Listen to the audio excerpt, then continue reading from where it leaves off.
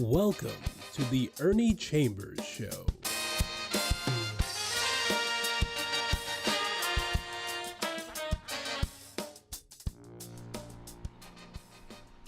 Brothers, sisters, friends, enemies, and neutrals, I'm going to go through a few articles today, spaced down through the years to show what opinions people have had of me and the work I did in the legislature. And it'll give an idea of some of the things that I've done, because people don't pay much attention to activities in the legislature while it's in session. And frankly, it can be kind of boring, kind of repetitious, so I understand. But this article is from 1983, and I'm using it to show the kind of issues that I was dealing with all the time.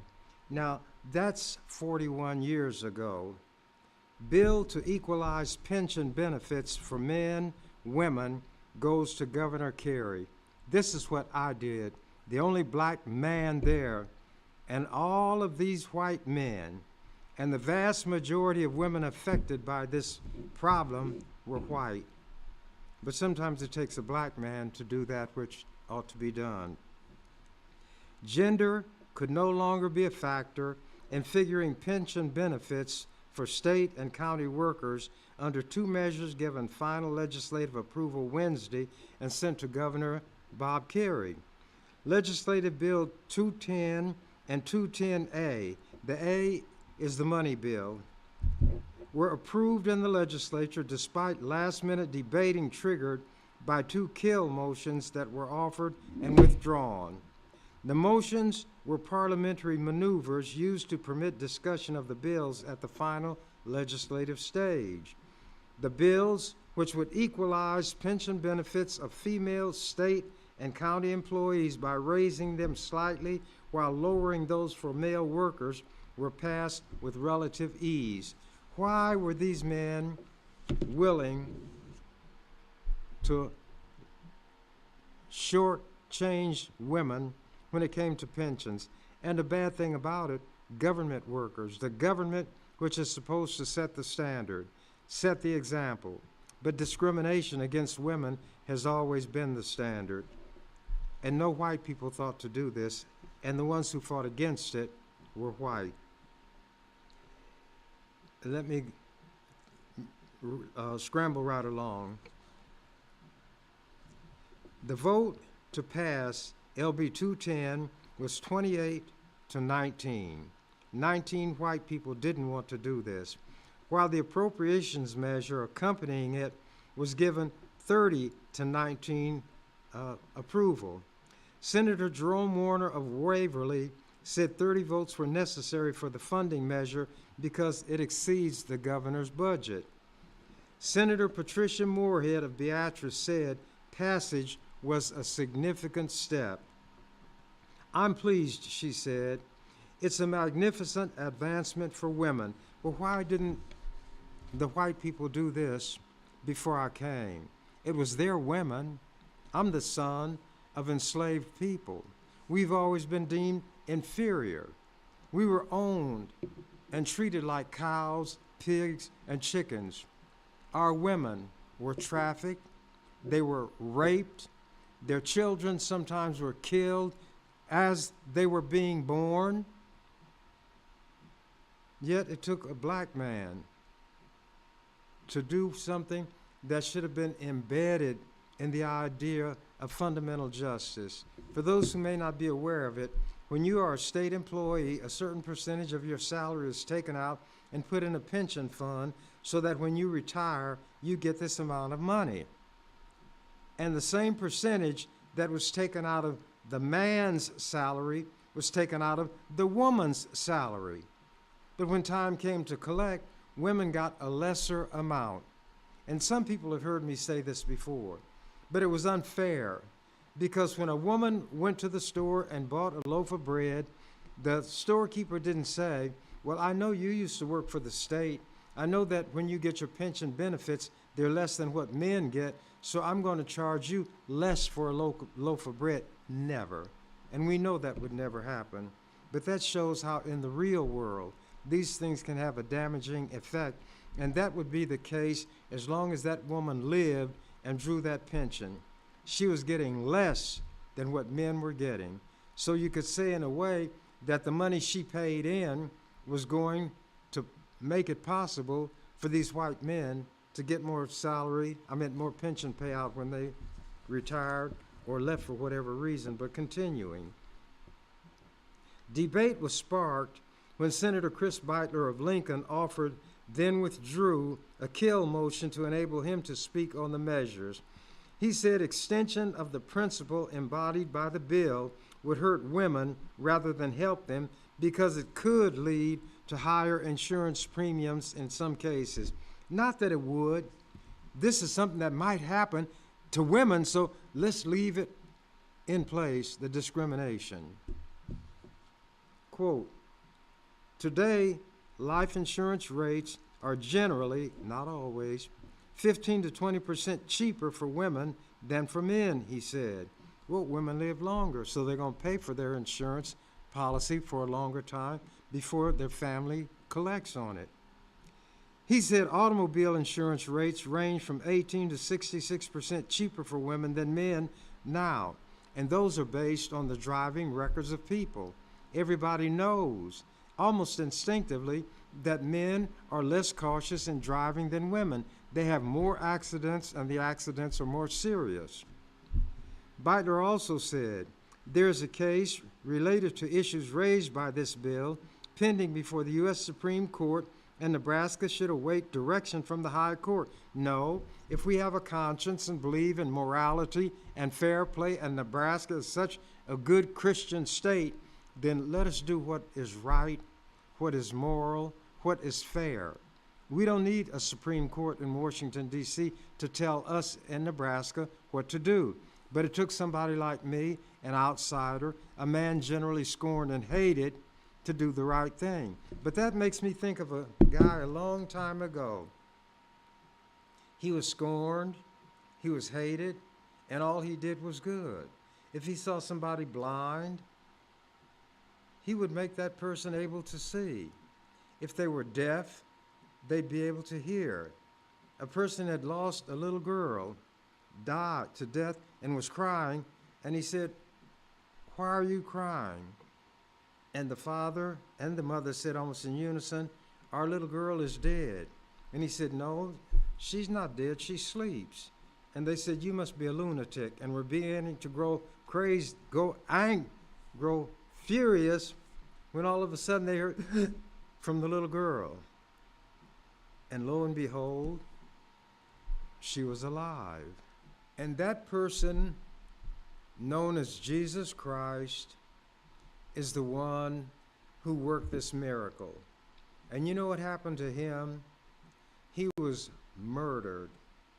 He was murdered by the state, by the authorities, because pressure was brought to bear by, of all people, the religious people.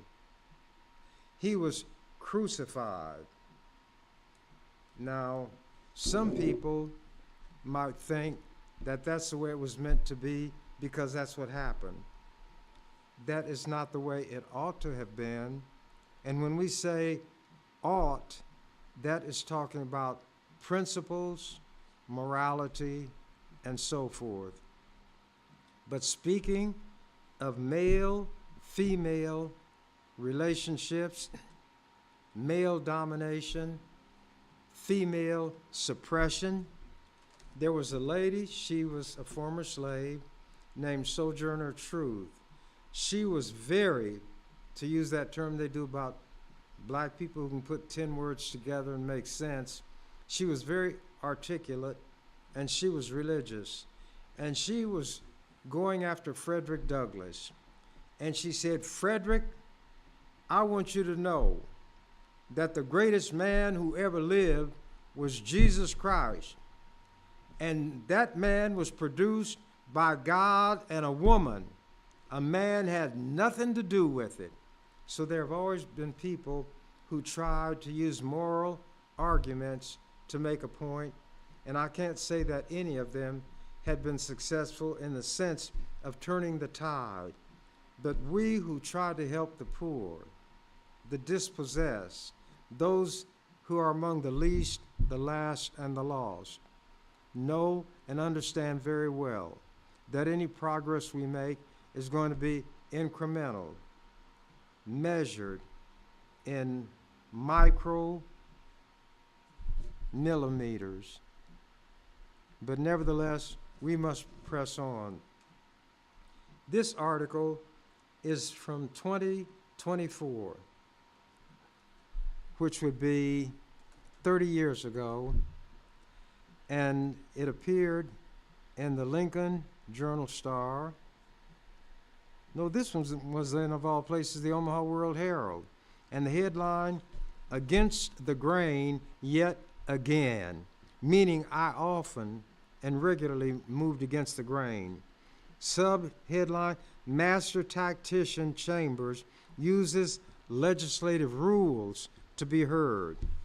Not a fist, not a muscle, but the rules, their rules. Let me get into this.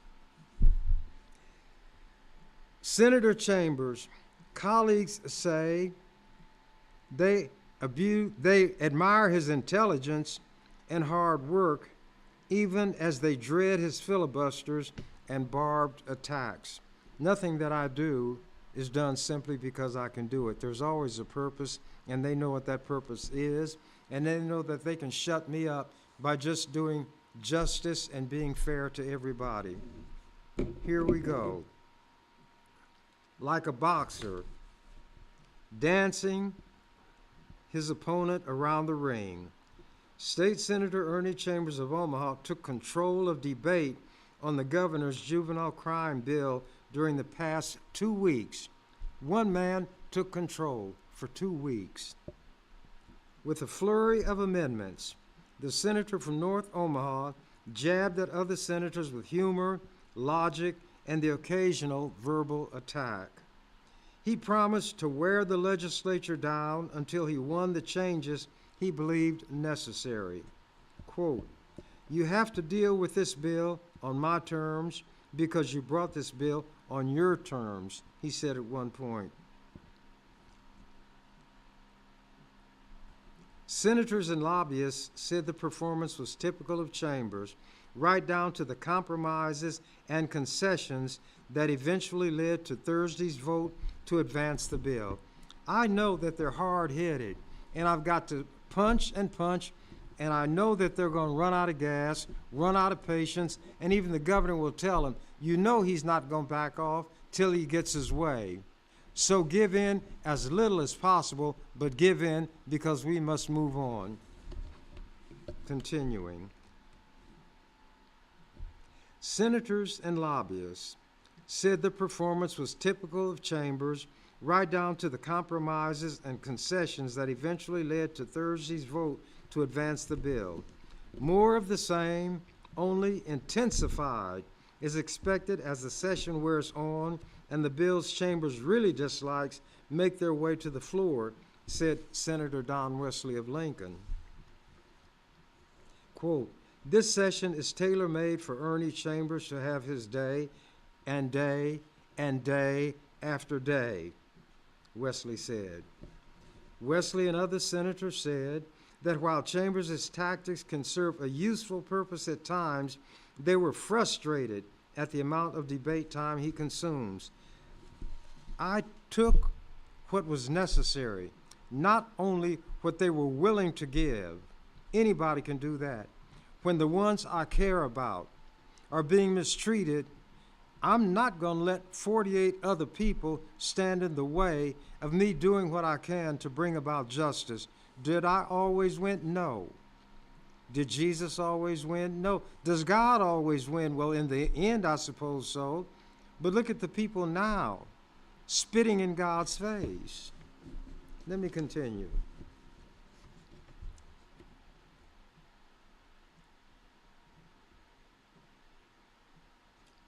Wesley and other senators said that while Chambers' tactics can serve a useful purpose at times, they were frustrated at the amount of debate time he consumes. However, senators said, the legislature lacks the desire to use its rules to curtail chambers. No, they didn't lack the desire, they lacked the know-how. They tried every way they could, and I always found a way around them. I was like water. Build a dam, and I'll wear it away. Build it out of a substance that is impervious to being worn away, and I'll wear underneath it and go through it, under it, or go around it, or get enough to go over it. They could not stop me. I was the master of the rules. How did that happen? I studied them. I understand logic, but most importantly, I understand people. And the one who has the strongest will is the one who will prevail. And when I was on what they call a tear, for the least, the last, and the lost, anybody who was in my way would get run over, so to speak. Wesley described the juvenile crime debate as spring training for more controversial proposals such as welfare reform and mandatory minimum prison sentences. They know what it is that I'm opposed to. Chambers 56. To be a young, youthful 56 again. When, as Billy Joel said, when I wore a younger man's clothes. Chambers 56 is not the only senator in the Nebraska legislature to employ the tactics of delay and filibuster, but he probably does it the most, and he is best at it.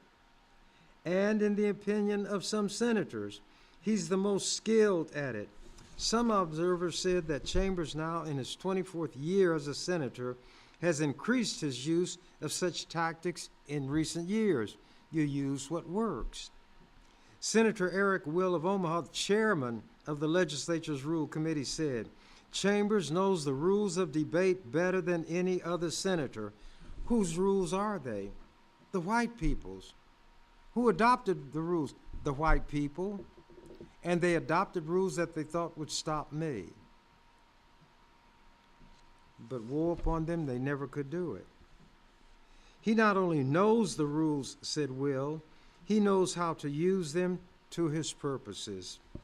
In the past several years, Chambers has been prominent in filibusters against anti-abortion bills, pro-gambling bills, and reform of the Workers' Compensation Court. He led the 1987 filibuster against LB 775, a major business incentive measure that eventually passed, but with some changes because of what I was able to get. I can never get everything that I want. If I had been able to get everything I wanted, the millennium would have come, because everybody who was hungry would be fed. Everybody who was sick would be made whole. There would be no poor, no sadness, no sorrow, no trouble. And I never got that. And it hasn't happened yet. I lost my place. Last year, a proposal for a half-cent sales tax to finance improvements of Omaha City Auditorium died when Chambers threatened to filibuster it, and other senators said they opposed it. Although they named frequent instances where Chambers slowed and modified a proposal, none of those interviewed could name a measure killed solely by Chambers' efforts. Right. Other senators had to vote the way I wanted them to vote. So there were others, and there were some who even joined the discussion and the debate on the side that I adopted, because even the worst of them had things he or she cared about, and at those points would step forward. And when they were doing the work, I didn't say anything. It was unnecessary. I wouldn't pour water on a drowning person. Chambers said that Chambers sees that as no reason to quit trying.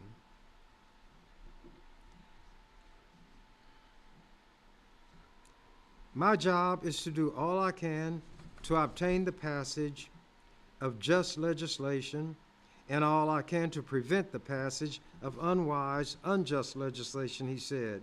I do a lot of blocking and tackling. This is a one-house legislature, he said. I am the second house. That's what I should say, huh? But I said, I'm the second chambers.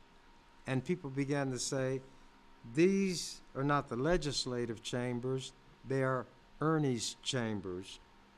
Anyway, lobbyist Michael Kelly of Omaha said, he's very good at playing defense. You love him when he's with you. You're not very happy with him when he's against you. Chambers said he was not trying to filibuster the juvenile crime bill, even though it took 5 days of debate before the bill advanced. He said he favors many aspects of the bill which would reshape Nebraska's juvenile justice system.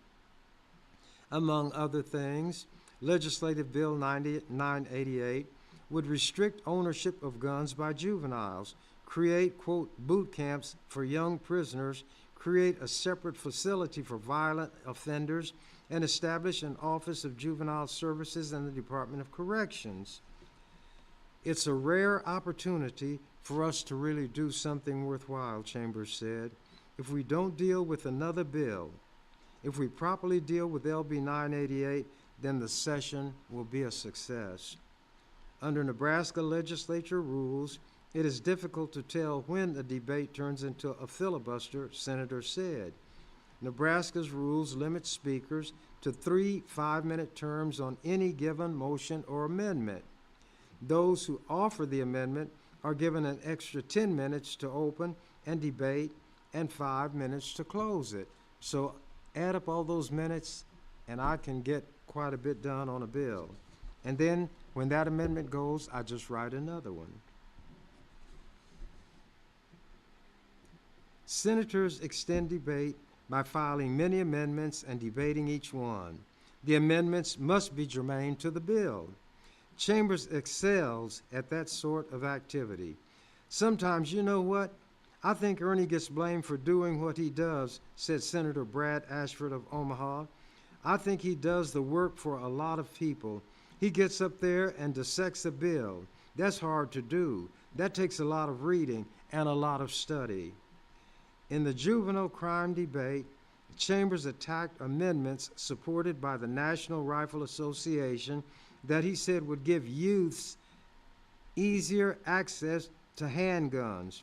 Chambers said senators working with the NRA had sold their soul to the devil. At another point in the debate, he invoked the name of University of Nebraska-Lincoln mascot Herbie Husker, saying, quote, "A lame-brained hick is an appropriate symbol for a state that would be the first to give children access to handguns." At yet another point, he maneuvered another senator into a sober discussion of why a 7-year-old is old enough to handle a gun while a 6-year-old is not. That's the kind of ridiculous positions I put them in because I can think and they can't or they don't. In the end, the NRA amendments were stripped from the bill when bill sponsors agreed to remove provisions increasing penalties for those younger than 18 found in possession of a handgun, because if you're going to create this situation, don't punish the children. This article is from 19 years ago, 2005. Chambers deserves decades of respect. And like Old Man River, I'm still rolling along. This was in the Daily Nebraskan, the student newspaper, so it's what the young people thought about what I was doing. He's loved and hated. He's praised and criticized. Good or bad, everyone seems to have an opinion about Ernie Chambers.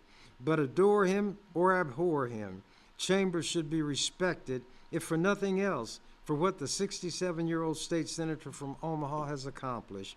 In less than a week, Chambers will become the longest-serving senator in the history of the Nebraska legislature, passing the record of Jerome Warner, who served more than 34 years before he died in office, April 20th, 1997. So April 21st, 1997, I became the longest serving senator in the history of this state, and that record will never be broken thanks to term limits. I served a total of, I shouldn't tell you this, and I won't, but it's 4 years short of 50 years, a half a century.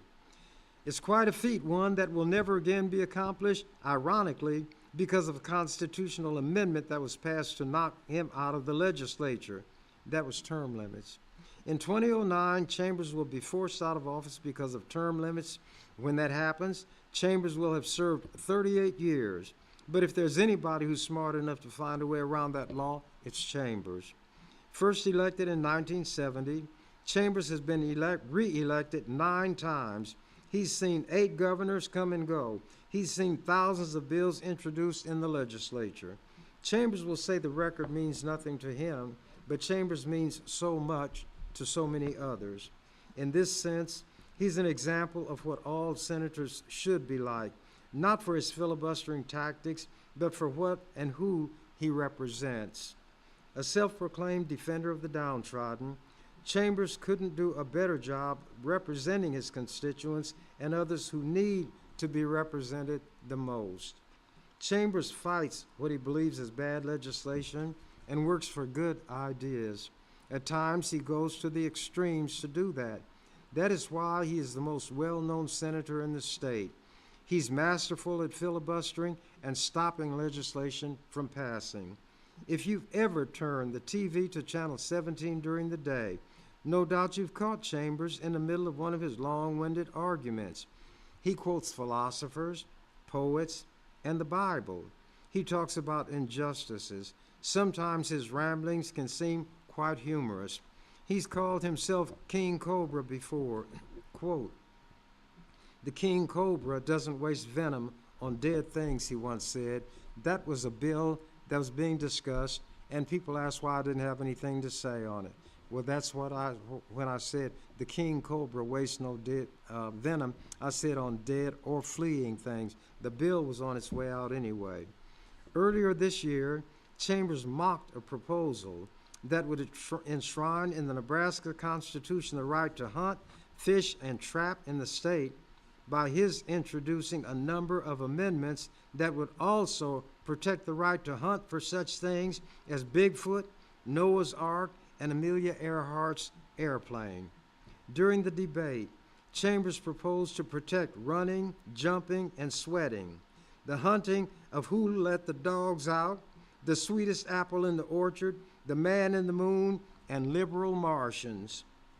This state, this is a quote from me, "This state is not going to ban fishing, hunting, and trapping," Chambers said at one time. "And if you think so, you need to go get some medication because you have some chemical imbalance in your brain because it's not functioning." It may seem pointless for him to spend the legislature's time with such comments, but he's doing it for a reason, and he's been doing it for close to 35 years. Therefore, he deserves decades of respect. And my time is flying. I'm going to try to get through this before my time runs out. Another side of Chambers, a romantic. This is from 2010. Former Senator Ernie Chambers returned to the Capitol last weekend. Wearing his traditional blue jeans and dark T-shirt, he stood in the rotunda to deliver a message. You could say it was a message from the heart if he had a heart. He has professed for years on the floor of the legislature that he doesn't. At the very least, he touched hearts with the words he spoke to Stacy Trout and Andy Conroy as he presided at their July 3rd wedding. Quote, "This is between me and the two of you," he told them. "Others may eavesdrop if they choose." Stacy and Andy met at the Capitol when she worked for Omaha Senator Brad Ashford and when he was hired too for a time. It was fitting, she said, to ask the man who sat next to her for so many Judiciary Committee meetings. She was committee counsel, he the long-standing member, to marry them. I couldn't think of anyone better, more appropriate, the bride said. He was part of our experience in this place and this time in our lives. Chambers presided at the courtyard wedding of another Capitol staffer last summer, and earlier that year, he participated in a wedding of a New York couple who traveled to Nebraska to be married by me. The agnostic senator, who frequently brought up biblical history and theology in legislative debate, became a credentialed minister in January 2009 through the non-denominational Universal Ministry. In Nebraska, any ordained minister, judge, or clerk magistrate can officiate at a wedding and does not have to register with the state. By the way, I performed the first and only gay marriage in the rotunda of the legislature between two legislative employees. I did that.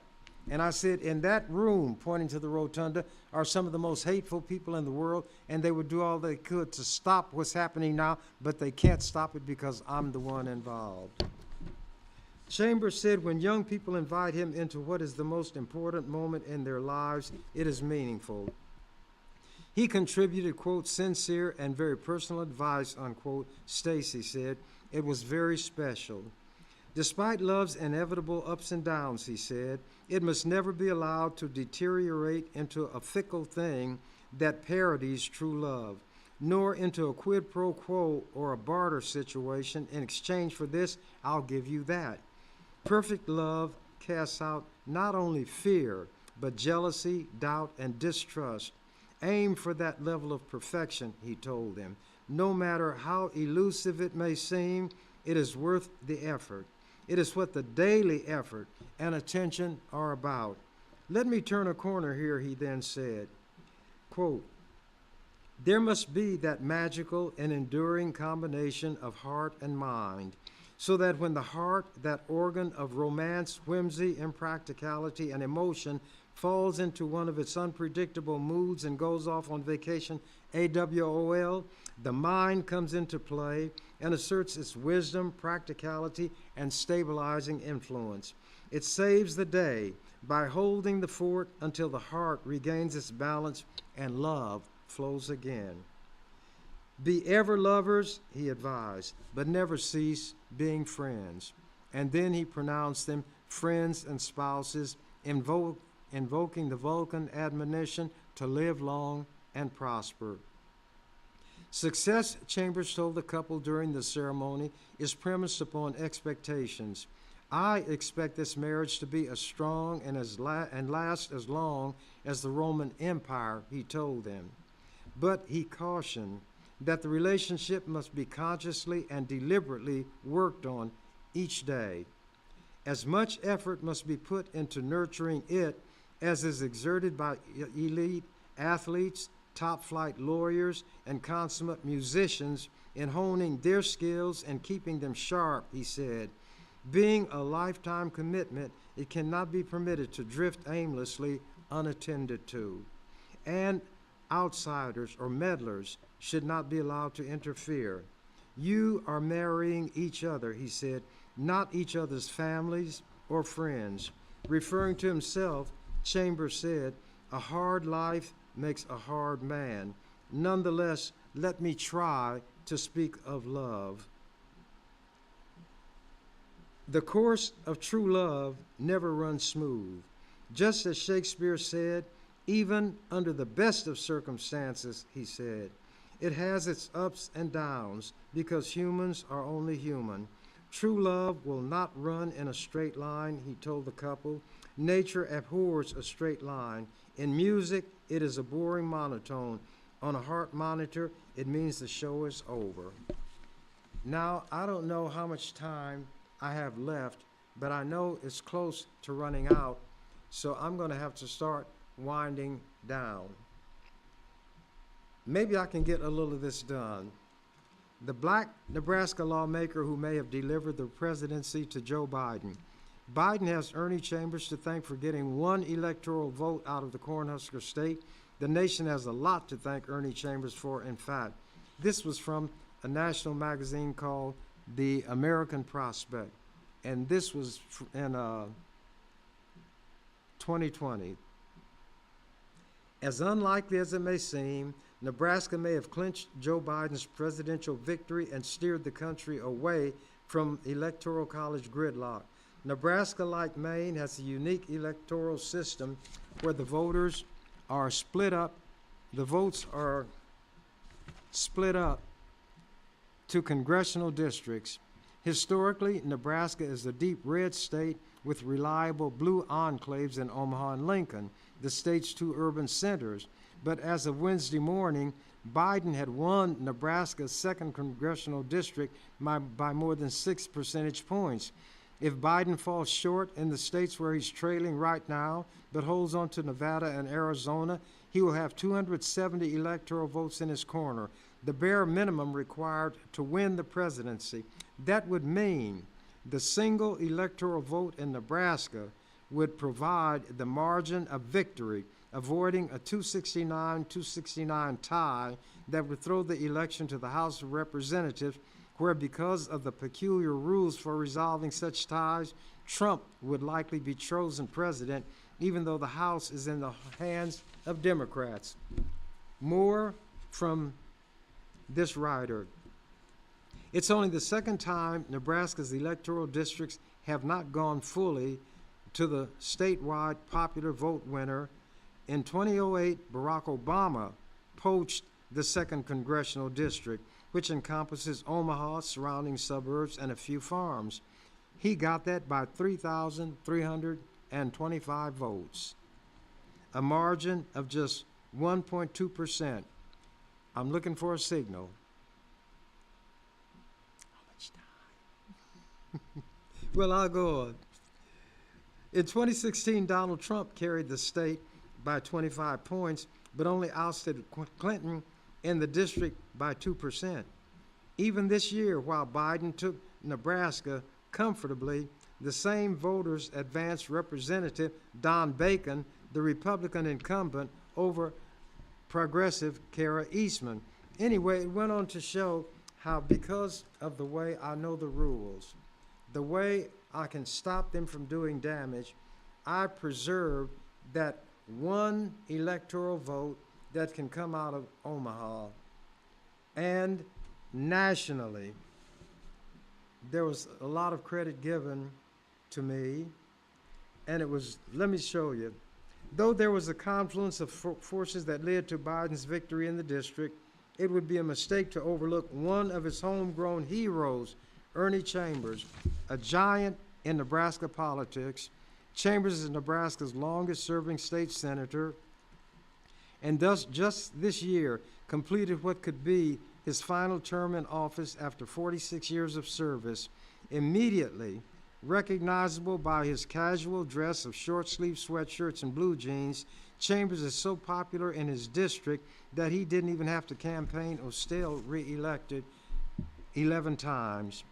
A self-proclaimed defender of the downtrodden, Chambers got his political start as a civil rights leader in the 1960s, and throughout his remarkable legislative career, fostered progressive politics in a deep red state and fought for the integrity of equal and fair representation.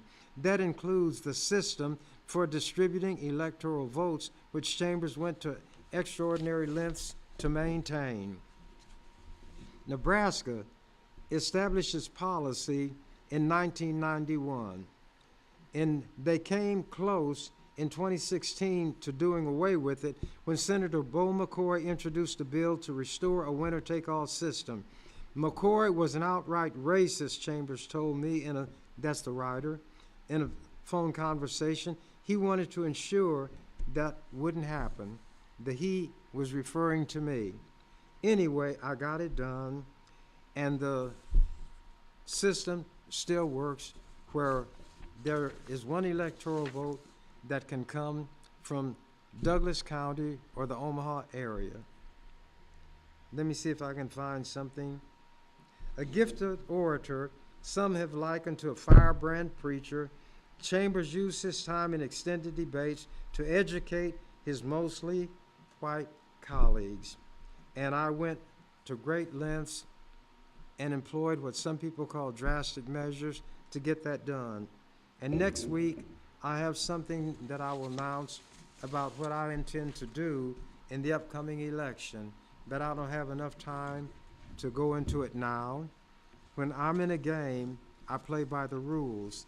And the rules of this game that I'm participating in here says that the clock is the master. And when the clock reaches a certain point, all things must come to an end. In the same way that each and every one of us, all of you who hear me now, at some point will breathe out and never take another breath in. And when that happens, there is an apparition known as the Grim Reaper who will harvest you and be very happy about it. And he has done his work more consistently than anybody else. Although Methuselah lived longer than anybody else, 969 years, he was harvested by the Grim Reaper in the same way that an infant who draws one breath and dies is harvested. And the longest life of a human being is less than the pop of fingers when you weigh it against the age of the earth and the universe itself. So, since all things come to an end, I'll now say what the canary said when he found out that the cage door was unlocked. The door was unlocked on the cage. I'm out of here. You've been watching The Ernie Chambers Show.